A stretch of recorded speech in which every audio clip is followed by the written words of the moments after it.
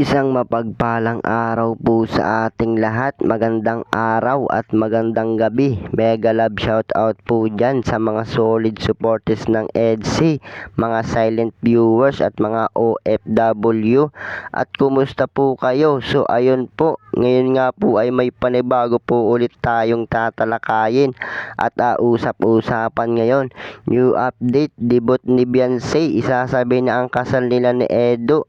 So yan po yung ating pag-uusapan ngayong gabi mga kalingap. Bago yan kung bago pa lang po kayo sa aking munting YouTube channel palike, share and subscribe na rin po at pakipindot na rin po ng notification bell para lagi po kayong updated sa aking video. At paalala rin po, bago po tayo magbigay ng ating mga opinion pakitapusin po muna ang kabuuan ng video para akma ang ating mga komento. At lagi din po nating suportahan ang founder ng Kalingap at nag-iisang ama ng Kalingap na si Kuya Bal Santos Matubang at Kalingap Rab. Yung sa araw-araw po nilang pagtulong atin pong suportahan nang sa ganon marami pa po sila malingap, lalong lalo na nga po dyan yung mga kapos sa pangangailangan ay malingap nila. Ganon din po ang kanilang may bahay na si Ate Edna Vlogs at Jackie Tapia.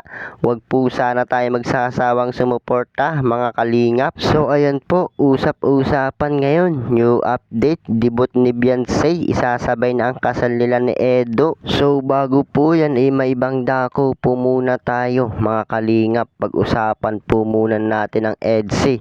So mga kalingap, Edo pala po natin. Medyo marami nga po ang nagtaka at wala nga daw po siya sa birthday ni Grace. So mga kalingap, wag po muna tayo basta-basta mangbash at alamin po muna natin ang buong katotohanan bago po natin pag-usapan yung mga ganyang bagay. So nagpunta naman po itong si Papa Edge sa birthday ni Grace at hinatid nga po si Beyonce.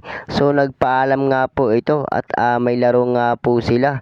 So hindi naman po ginusto ni Papa Edge na mangyari yun at nagkataon lang po na nagsabay. So may laro pa po sila si Papa Edge noon mga kalingap at nagpaalam naman po siya sa live niya, hindi nga raw po siya makakapunta at may laro nga po. So siya na lang daw po ang maghahatid kay Beyonce mga kalingap. So ayun po, balik nga po tayo dito sa ating tatalakayin ngayong gabi. New update, debut ni Beyonce, isasabay na ang kasal nila ni Papa Edge. So ito po yung usap-usapan ngayon mga kalingap. So usap-usapan nga po ng Timbulong at patungkol nga po dito sa debut ni Beyonce. Talaga naman nakakagulat nga po yung usap-usapan nila. So mga solid supporters ng EDC dyan at mga silent viewers talagang nagulat nga po dito. So totoo po kaya etong usap-usapan nila? So mga kalingap, syempre alam naman po natin na may founder nga po sila at talagang si Kalingap Rab or si Kuya Bal po yung magdesisyon sa mga gantong bagay. So syempre kung gusto na nga rin po ni Beyonce at ni Edo na magpakasal na sila, wala naman po tayong magagawa. Syempre mga kalingap, decision po nila yun at sila po yung magmamahal at suportahan na lang po natin mga kalingap.